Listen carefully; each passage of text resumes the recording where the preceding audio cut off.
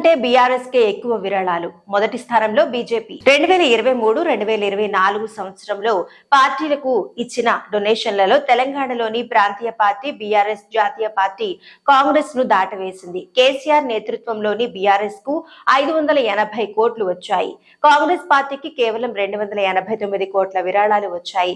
డొనేషన్లలో 2244 కోట్లతో బీజేపీ అగ్రస్థానంలో నిలిచింది. 20,000 రూపాయలు అంతకంటే ఎక్కువ మొత్తంలో విరాళాల రూపంలో ఈ మొత్తం వచ్చింది. అంతకుముందు ఏడాది కాంగ్రెస్ పార్టీకి 79.9 కోట్లు మాత్రమే వచ్చాయి. గత సంవత్సరం బీజేపీకి 776.82 కోట్ల విరాళాలు వచ్చాయి. అంటే అంతకుముందు ఏడాదితో పోలిస్తే బీజేపీకి ఈసారి దాదాపు 3 రెట్లు ఎక్కువగా విరాళాలు వచ్చాయి.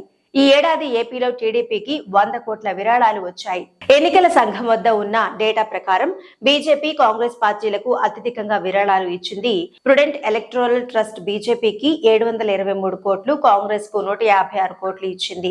ఇదే ప్రుడెంట్ ఎలక్టోరల్ ట్రస్ట్ బీఆర్ఎస్ కు 85 కోట్లు, ఏపీలోని వైసీపీకి 62.5 కోట్లు ఇచ్చింది. అయితే ఈ రెండు పార్టీలు కూడా అసెంబ్లీ ఎన్నికల్లో తిరిగి అధికారం దక్కించుకోలేకపోయాయి.